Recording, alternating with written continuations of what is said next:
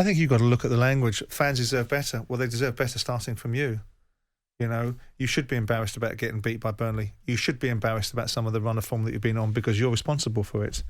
You know, people go into football clubs to change the direction of it. Bruno Lage has gone into Wolverhampton Wanderers with far less of a squad than what you've got at Tottenham Hotspur and is producing a team that people are regarding to a certain level. Of course, the expectations of Wolverhampton Wanderers and Tottenham may be different. So the standards you judge them by may be different.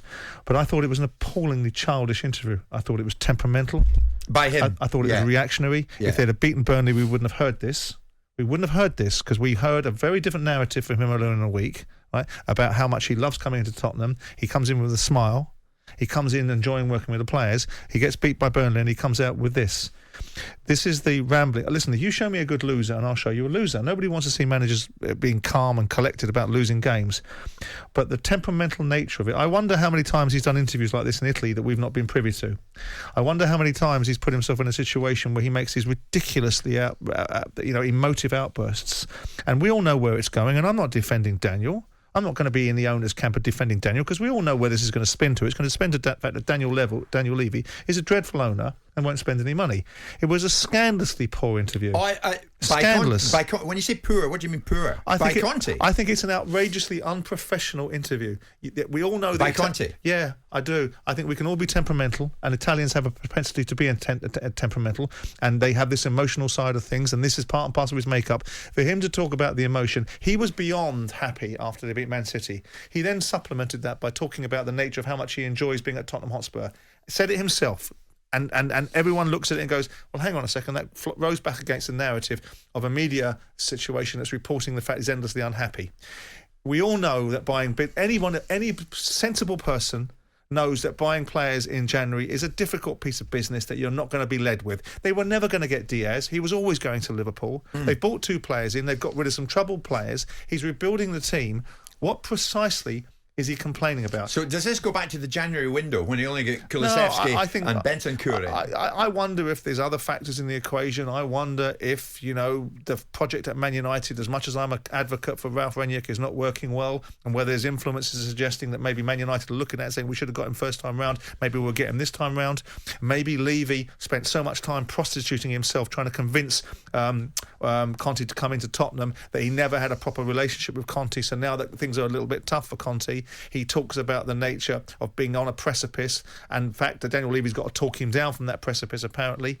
Look, none of us really understand the moving parts of this, but this is not conjecture. This is not Sky Italia, and we're looking about language interpretation. Oh, it's lost in translation. This is somebody kind of nonsense, speaking about the nature of 4 games out of 5, which is not good enough. Not good enough from you, by the way. This is your team. You set them up. They weren't dreadful against Burnley. They were profligate in their finishing. But to have laid out this whole diatribe, it really does smack to me of deeply unprofessional, childish temperamentality. Now, but he plans his sound bites, doesn't he? This is not sound bites. These weren't sound bites. These were absolute definitive guidelines of the fact that he's not happy. So what's he asking for? What does he want? Well, what can he be asking for? There's no point asking for player transfers because he's not getting them now because the window's closed. He got players in the summer. He went out on record to clarify the fact that the comments he made to Italy about numerical disadvantages were simply a statement of fact rather than a degradation of the team's performance. Is he almost asking to be sacked? I don't think he's asking to be sacked. I think he's had a temperamental outburst. I think, like a lot of managers do, and I've had emotional managers, but never to this level. He's gone out there and he's laid it all out there, and we all know it's going to spin onto Daniel Levy. Losing to Burnley with a squad of players in the manner that you did has nothing to do with Daniel Levy. Right? Not being able to compete at the top of the league and Spurs trying to be a superpower in football is to do with Daniel Levy and the ability to be able to provide funds.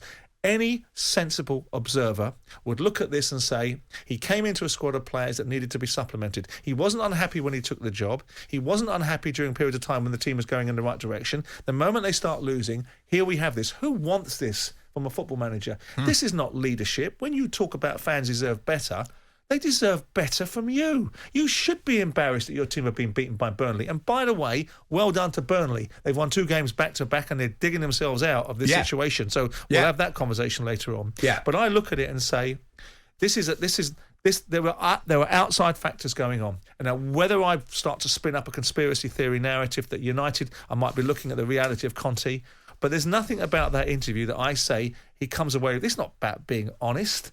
This is about. This is like me, myself, and Irene. Oh, that's right. On one hand, I'm talking to myself. Oh, today I like you. Tomorrow I don't. Which one is it? Which one have we got today? Well, we what was Antonio Conte actually asking for? As we get to 10:30, Sam, we're going to take some calls. You can see the calls coming in. My God, look at the numbers of them. 03717 223344. What does Conte want? You heard that interview with Sam, and Sam conducted it brilliantly. But what does Conte want at the end of the day? And so that there could be no accusations of media spin or mistranslation this time, we played the whole darn thing to you. So you got the lot. Now let us know what you think. Jim White and Simon Jordan. Monday to Friday mornings from 10 on AM, on DAB, via the talkSPORT app and on your smart speaker. talkSPORT.